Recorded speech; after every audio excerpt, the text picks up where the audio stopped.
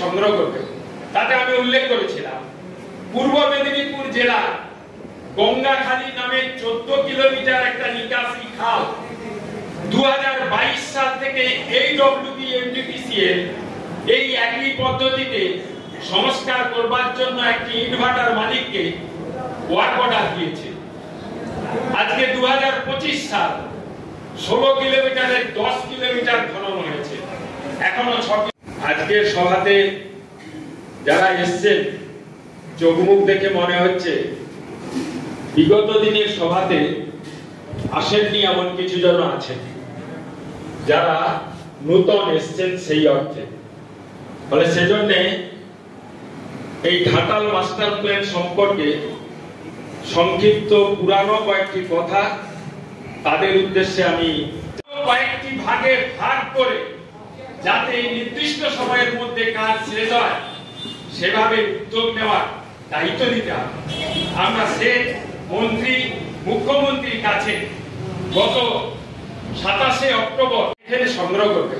তাতে আমি উল্লেখ করেছিলাম পূর্ব মেদিনীপুর জেলার গঙ্গাখালী নামে 14 কিলোমিটার একটা নিকাশি খাল 2022 সাল থেকে AWB-NTPCL এই একই পদ্ধতিতে আপনাদের মোটামুটি সকাল থেকে সারাদিন ব্যাপী যে কর্মসূচি ছিল আমরা জানি, মোটামুটি অন্নপূর্ণা অর্কেটে আপনাদের একটা কর্মসূচি ছিল বানবাসীদের নিয়ে একটা কনভেনশন।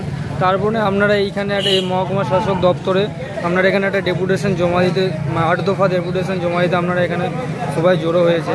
তো আমার দিকে যদি সংক্ষেপে একটু বলেন যে আপনাদের কি দাবি এবং পরবর্তী আপনাদের কর্মসূচি কি থাকতে চলেছে সেটা যদি একটু সংক্ষেপে আমাদের বলেন। ঘাটাল মাস্টার প্ল্যান 2 মেদিনীপুর জেলার বন্যা নিয়ন্ত্রণের একটি স্থায়ী প্রকল্প। সেই মাস্টার প্ল্যানে কেন্দ্রীয় সরকার কোনো অর্থ বরাদ্দ না করায় রাজ্য সরকার 500 কোটি টাকা অর্থ বরাদ্দ করেছে, কিন্তু সেই অর্থ বরাদ্দ প্রায় 6-8 মাস আগে করলেও এখনো পর্যন্ত সেই অর্থে কোনো কাজ শুরু হয়নি। নদী সংস্কারের কাজ, খাল সংস্কারের কাজ শুরু হয়নি। সেই কারণে এবছরে ঘাটাল মহকুমার অধিবাসীদের 7 বার বন্যার কবলে পড়তে হয়েছে। আমরা সম্প্রতি জানতে পেরেছি 4টি নদী এবং একটি খাল খনন করবার জন্য, পুনঃসংস্কার করবার জন্য রাজ্য সেচ দপ্তর ওয়ার্ক অর্ডার দিয়েছে, যেটা নভেম্বর মাস থেকে শুরু হওয়ার কথা। যদিও আমরা জানতে পারলাম ইতিমধ্যে সেই সংস্কারের প্রাথমিক কাজ কিছু শুরু হয়েছে।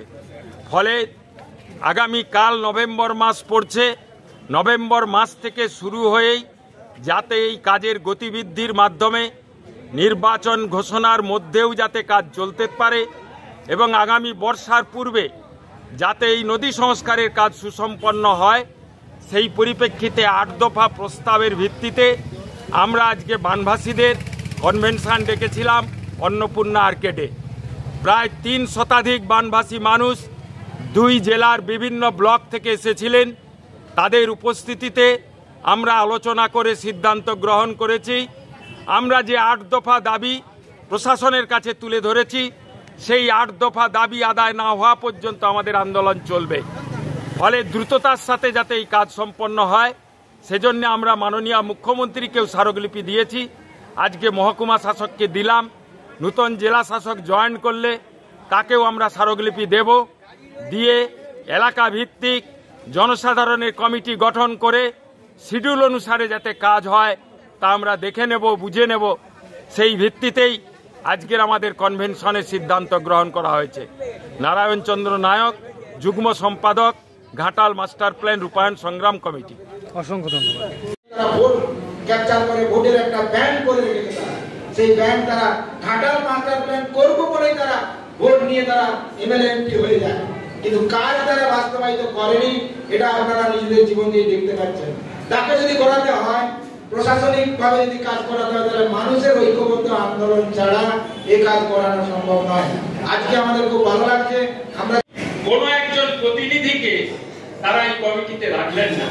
শুধু তাই নয়, শাসক দলের লোক নয় বলে অন্য বিরোধী দলে অনেক জনপ্রতিনিধিকেও এই কমিটিতে রাখা হয়নি। আমরা মনে করি যাকে আজকে চ্যাম্পিয়ন হিসাবে রাজ্যের শাসক দল তুলে ধরবার চেষ্টা করছেন। ঘাটাল মাস্টার প্ল্যান যে কালো তালিকায় চলে গিয়েছিল, এই রূপায়ণ সংগ্রাম কমিটির দীর্ঘ আন্দোলন, ঘাটালে অনশন আন্দোলন, ঘাটাল শহরে বানবাসীদের পথ অবরোধে প্রাক্তন ঘাটালের এমএলএ, বর্তমানে জেলা পরিষদের মেম্বার, যিনি নাকি একজন মনিটরিং কমিটিরও সদস্য, তিনি ফেলু মালিক সহ আমাদের ওখানকার সেই সময়কার আন্দোলনে যারা ছিলেন, তখনই তার মা যে শিশুটিকে খাওয়ানোর জন্য উদ্গ্রীব হয় এবং তাকে খাওয়ানোর জন্য ব্যস্ত হয়ে পড়ে। কান্নাটা যতক্ষণকে না আসে ততক্ষণ মা তার নিজের কাজেই ব্যস্ত থাকে। যে কনভেনশন এবং ডেপুটেশন দেওয়ার কথা ছিল তা আপনাদের সহযোগিতায় অত্যন্ত সুন্দর সুচারুভাবে পরিচালনা হয়েছে এবং আমাদের কমিটির কাজ এইখানেই শেষ হলো।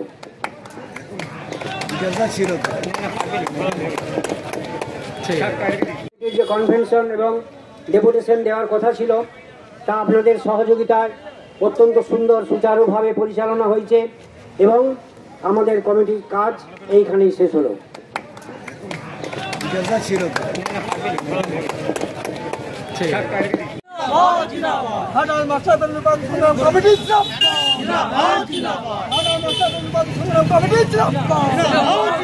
সাথে দেখা করেছিলাম, উনি যেহেতু চার্জে আছেন সেজন্য উনি আমাদের স্মারকলিপি নিয়েছেন। উনি বললেন নূতন এসডিও জয়েন করার পর আপনারা দেখা করবেন। উনি জয়েন করলে আমাদের দেওয়া স্মারকলিপি উনি তার হাতে তুলে দেবেন, এই কথা উনি দিয়েছেন। এই পরিপ্রেক্ষিতে আমরা আজকের কর্মসূচি কাজ এখানেই শেষ করছি।